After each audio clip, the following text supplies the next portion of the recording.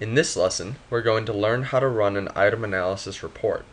This tends to be a slightly more advanced type of report than class list or performance band, since it allows us to perform item level analysis as opposed to indicator level analysis. In other words, it allows us to begin to look at each question and determine what students know based on what the question asked. We do this because of the wide variation possible in each indicator. For instance, the questions 3 plus 3 equals blank, and Stacy had 3 apples and 3 oranges. How many pieces of fruit did Stacy have altogether? Are both elementary level questions testing a student's knowledge of addition, and would likely share an indicator.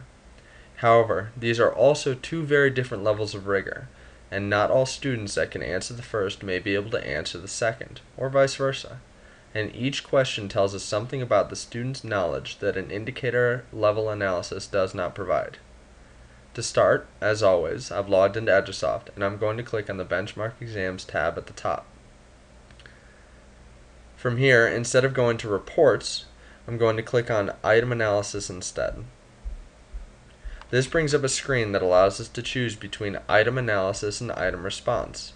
We'll talk about Item Response later, but the main difference is that Item Analysis is a class level report and Item Response is a student level report. Click on Item Analysis. This brings up a familiar screen that asks to choose the test.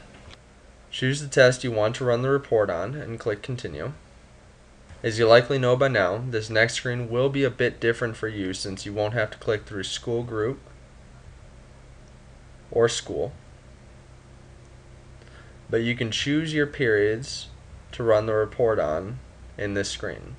One thing you should note is that if you run the report on multiple periods, all of the data is clumped into one report. In other words, it does not separate the data by period, it just groups it all together.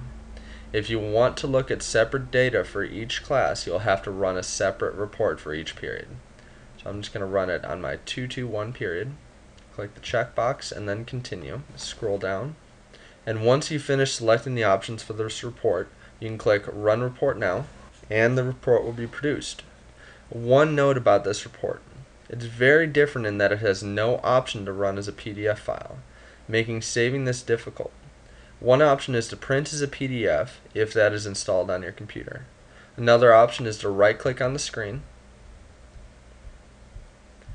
and select Save Page As, being sure to save as Web Page Complete and naming it something that you'll remember.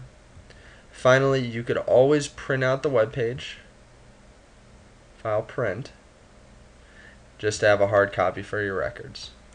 And this is a class list report.